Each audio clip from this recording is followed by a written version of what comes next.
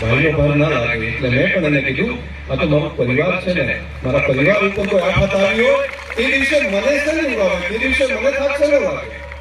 મારો ખરાબ તો મારો પરિવાર છે, મારું કુટુંબ છે, અને એના ઉપર જે દિવસે આફત આવી તે દિવસે હું મારું શરીર, મારું મન, મારી બુદ્ધિ, મારો આત્મા બધું અહીંયા હોય. એના માટે એમાં ઊંઘ ના આવે. એના માટે હું જેટલું કામ કરું, પરિવારમાં કોઈને પણ આફત આવે ત્યારે દોડીને તમે પહોંચી જાય છે. મારો ખરાબ તો મારો પરિવાર છે. એની આફતની અંદર હું એમ કહી શકું કે ના હું તો ધારાસભ્ય અધ્યક્ષ છું, તો અધ્યક્ષ તરીકે મારું કામ છે, ડ્યુટી છે, નહીં, મારું ડ્યુટી છે એ પૂરી કરીશ.